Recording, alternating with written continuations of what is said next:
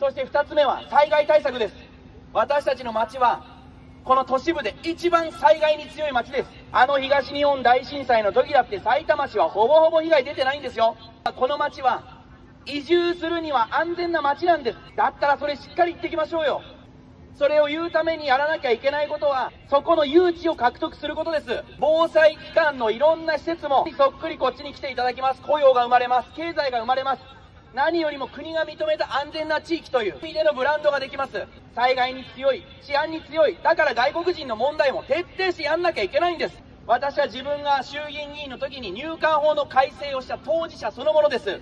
法改正を3年ぶりにやった私がしっかり代表でやってます。で、皆さんの治安を守っていく。そのためにも市長や知事は体張んなきゃダメじゃないですか。いろんな団体に言われたって否定されたって戦っていく。そういう人が人の上に立つべきです。